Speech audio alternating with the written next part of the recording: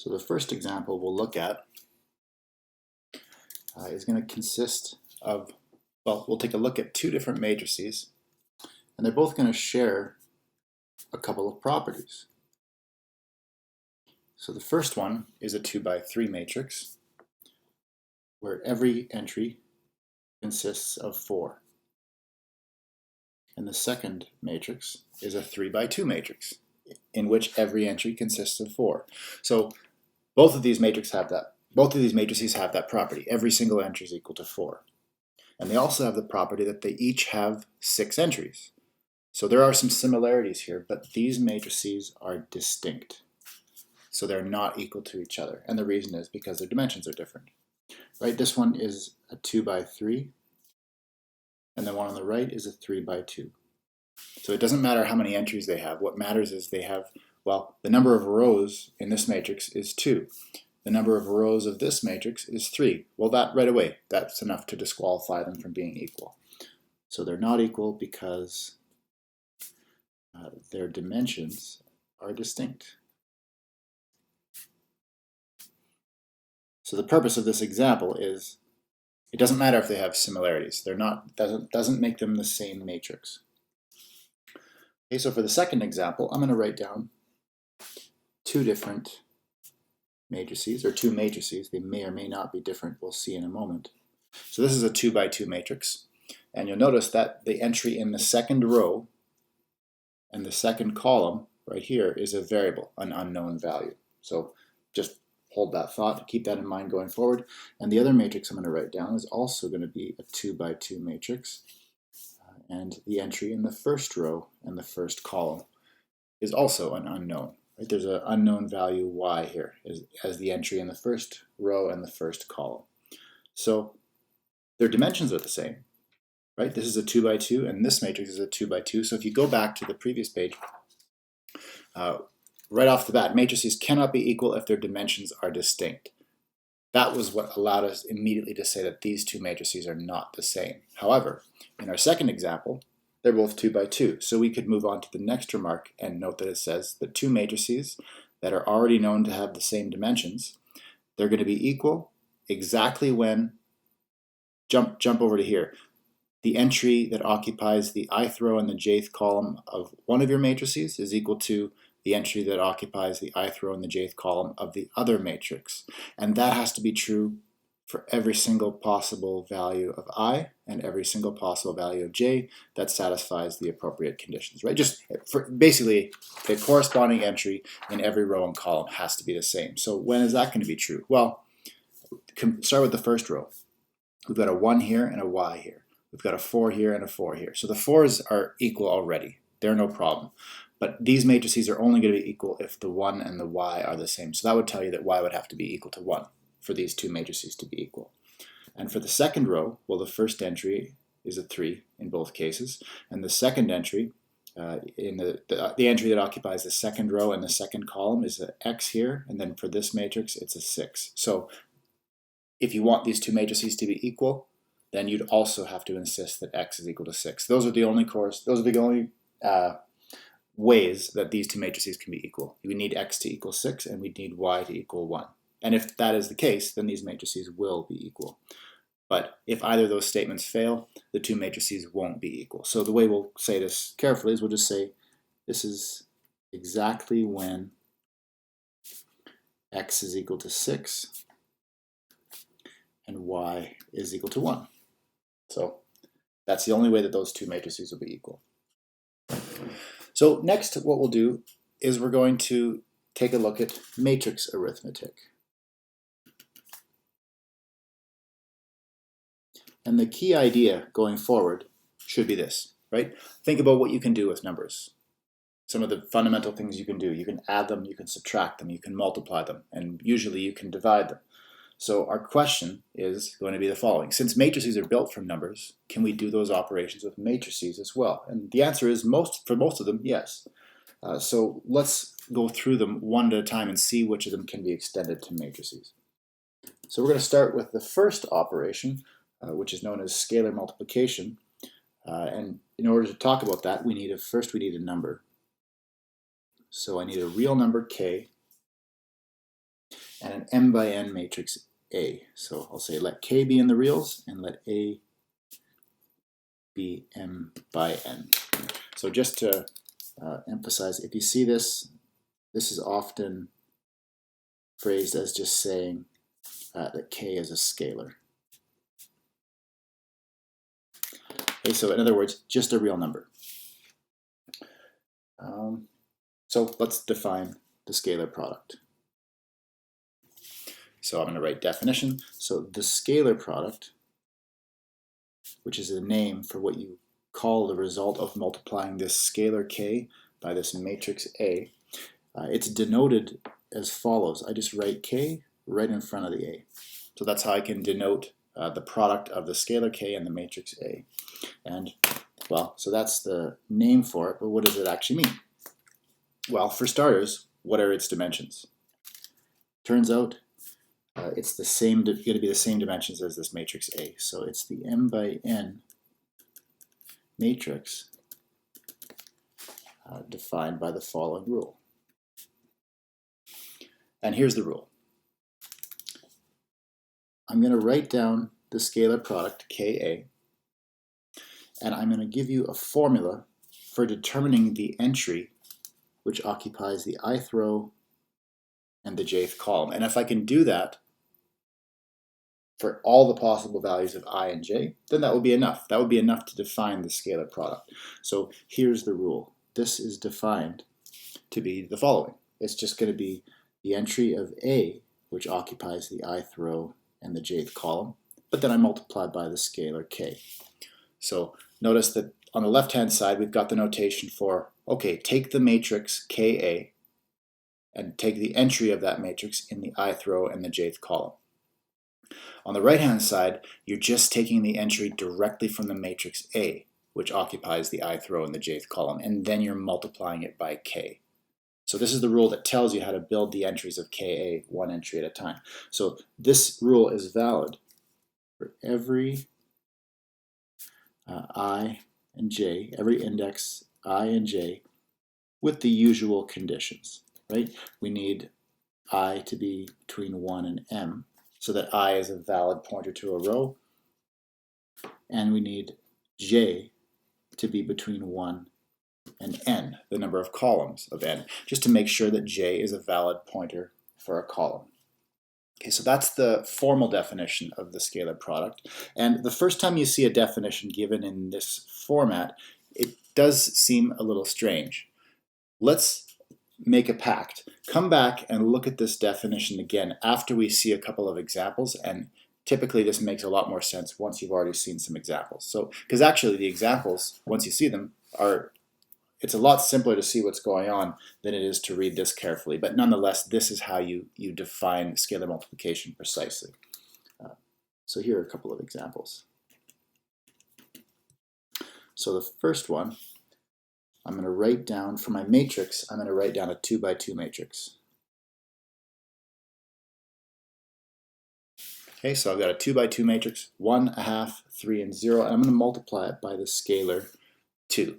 So 2 is the scalar K here, and the matrix A is this 2 by 2 matrix. So this definition says that the scalar product is going to be, well, it's going to have the same dimensions as whatever A had. So the result of this calculation is going to be already a 2 by 2 matrix. So I can leave room for it right now. But now we can fill in the entries. How do I get the entry in the first row, first column of the result? Well, this rule tells me just take the corresponding entry from the matrix A and multiply it by the scalar. So in other words, if I want the entry of the product in the first row and the first column, just take the corresponding entry from the matrix and multiply it by the scalar. So I'd have 2 times 1, which is 2.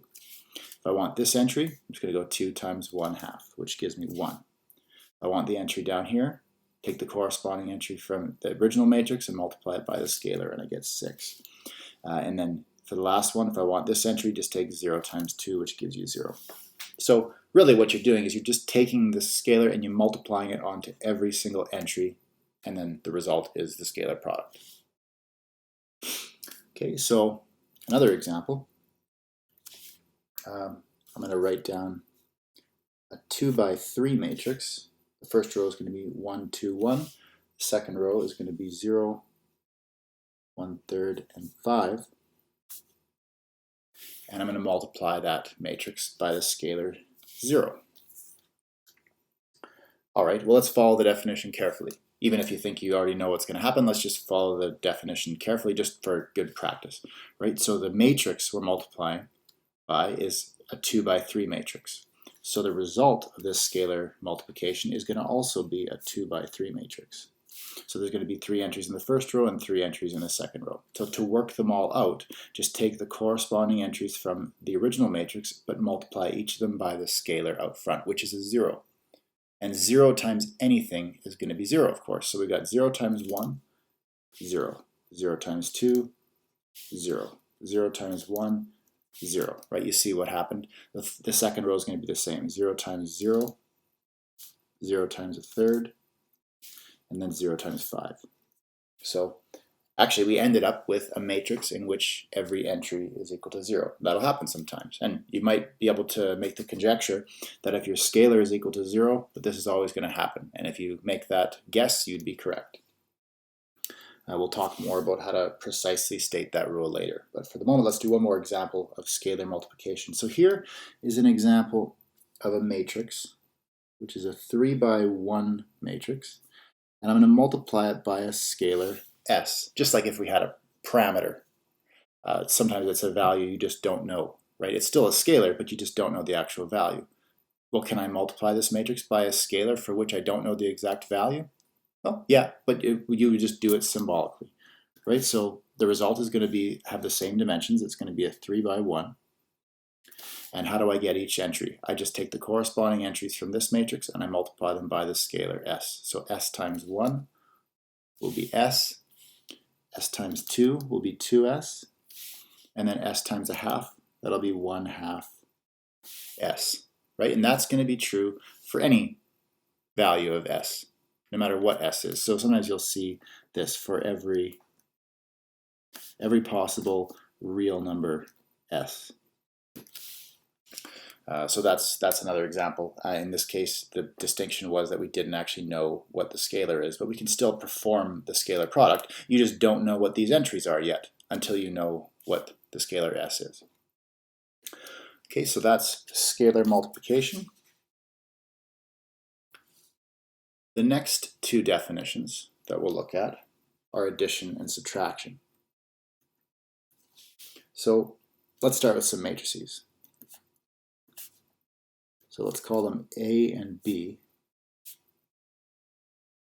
and let them both be m by n. That's what we're going to start with the assumption of. So in other words, what I'm really saying is, let's say we have any two matrices A and B. Their dimensions can be absolutely anything, but they have to have the same dimensions. So if they're 1 by 5, then they're both 1 by 5. If it's 10 by 7, then they're both 10 by 7. Right? It doesn't matter what m and n are, but both of these matrices A and B are going to have the same dimensions. So now we can define the sum and the difference. So the sum, which is denoted A plus B, and the difference, which is going to be denoted with A minus B. So we're going to define those here. It ends up being more efficient to define them on the fly simultaneously. So here's how we'll do it. So for A plus B, what do you think the dimensions are going to be? Well, if it's just a guess at this stage, but they're probably going to be the same as the two original matrices that we started with, right? These were both m by n, so the sum is also going to be m by n. And same with the difference. The difference, A minus B, is also going to be an m by n matrix. But that was just, if you guessed that correctly, great. If not, it was just a guess, because how can you really know unless I tell you, right? It's a definition. But here's what they are. They are the m by n matrices defined by the following rules. So here are the two rules. So far all I've said is that they're both going to be m by n, but I haven't told you what the rules are yet. So here are the rules. I'm going to give you a rule which you can use to determine the entry of A plus B, which occupies the ith row and the jth column. And all you're going to do for that is you're going to take the corresponding entry from A and the corresponding entry from B, and add those together. So this is the rule that tells you how to get any entry you like from the matrix A plus B. Just take the corresponding entries from each of the two separate matrices and add them. So this plus, this is really just adding two numbers, because this is a number and this is a number. So I'm just doing regular addition in the sense of the operation you already know and understand. But over here, this plus, this is a plus sign between two matrices. So this is actually matrix addition here. So that's for the definition of addition. And for subtraction, I'm going to do something similar. For subtraction, if I want to get the entry from the matrix A minus B, and I want to get the entry in the ith row in the jth column, well, I'm just going to perform the subtraction on the corresponding entries from A and B. Okay, so that is the rule that tells you how to get the entry of A minus B, which is in the ith row into the jth column. Just take the corresponding entry that has the same location for both the matrix A and the matrix B, and then subtract them. So this, just to do the comparison like before, this is a subtraction of numbers, but this subtraction here is a subtraction of matrices. So, and this is what that means. So, and these formulas work. Let's just go through the process again.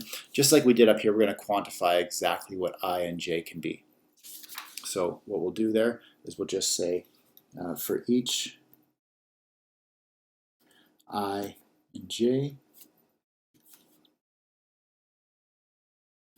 such that they fall into the right bounds. So such that 1 has got to be less than I is less than m, right? That just says that I points to a valid row, and then we also want j to point to a valid column. So we need 1 to be less than or equal to j, and then j to be less than or equal to n. Okay. It's a good idea to just get in the habit of writing this whenever it's appropriate, and then you just get used to the idea. This seems intimidating to some people when they first see it. So if you fall into that category, don't worry about it too much for now, but at least write it out with me every time we do it. And typically what happens with these things in mathematics is you get used to them before you maybe understand them perfectly. But getting used to the idea and then fully understanding it, those are two things that kind of gradually happen at the same time. They're intertwined with one another. So let's look at some examples.